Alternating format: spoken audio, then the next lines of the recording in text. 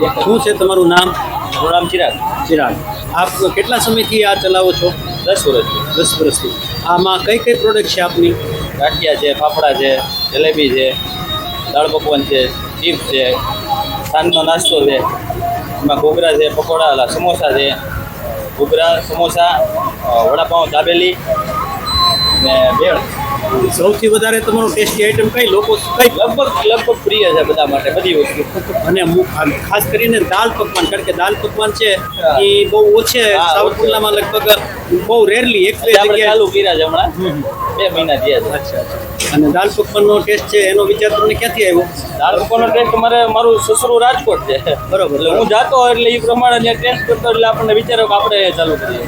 આની કઈ ટ્રેનિંગ બેલિંગ લીધી છે મતલબ કોઈના? નહીં આપણે હું ખૂબ કારીગર પહેલેથી જ મારું 13 વર્ષનો તો તેદુનો અનુભવ છે આ બધી વસ્તુનો. આજે મારા 34 વર્ષ થયા. એટલા સમયથી આપ કામ કરો હા. છો, બરોબર ને? અને ચાવલ ગુલ્લામાં છેલ્લા 10 વર્ષ હા. આપનું નામ છે, બરોબર? હા.